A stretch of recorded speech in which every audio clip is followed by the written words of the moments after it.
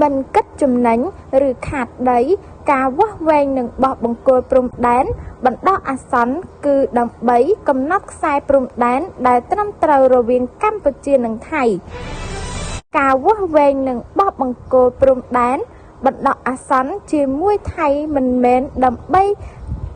គណនាពីការចំណេញឬខាតដីនោះទេប៉ុន្តែដើម្បីកំណត់ការខណ្ឌសីមានៅលើ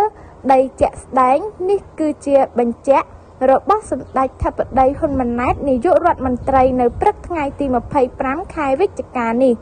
សម្ដេចបវរធិបតីហ៊ុនម៉ាណែតបានបញ្ជាក់ថាគោលដៅចម្បងរបស់កម្ពុជាគឺបានកំណត់បង្គោលព្រំដែននៅលើដីជាក់ស្ដែងដែលបញ្ជាក់អំពីខ្សែព្រំដែនមួយដែលត្រឹមត្រូវនិងច្បាស់លាស់រវាងកម្ពុជានិងថៃ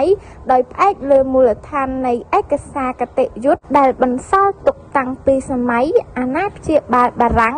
និងច្បាប់អន្តរជាតិសម្ដេចធិបតីជឿថាការនេះគឺជាវិធីសាស្ត្រដោះស្រាយបញ្ហារយៈពេលវែងដើម្បីឈានដល់បញ្ចប់ជម្លោះនិងបង្កលក្ខណៈឲ្យពលរដ្ឋនៅតំបន់ព្រំដែនដែលមានបញ្ហាអាចទទួលសេចក្តីសុខនិងបន្តជីវភាពរស់នៅជាប្រក្រតីឡើងវិញព្រមទាំងធានាបានការពារអធិបតេយ្យនិងបូរណភាពទឹកដីគួរជ្រាបថាតាមស្មារតីដែលបានឯកភាពគ្នារវាងគណៈកម្មការចម្រុះខណ្ឌសីមាព្រំដែនគោកកម្ពុជាថៃ JBC ភាគីកម្ពុជានិងភាគីថៃបានឯកភាពបញ្ជូនក្រុមវាស់វែងចម្រុះចុះ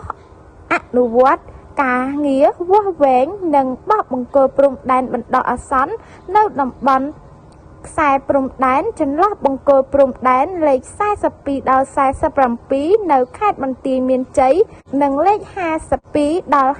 59នៅខេត្តបាត់ដំបងកិច្ចការងារនេះត្រូវបានគេយកមកជជែកវែកញែកតាមបណ្ដាញសង្គមដោយចោទសួរនឹងបញ្ហាកង្វល់ថាកម្ពុជាអាចខាតប្រយោជន៍ឬបាត់បង់ទឹកដីជាដើម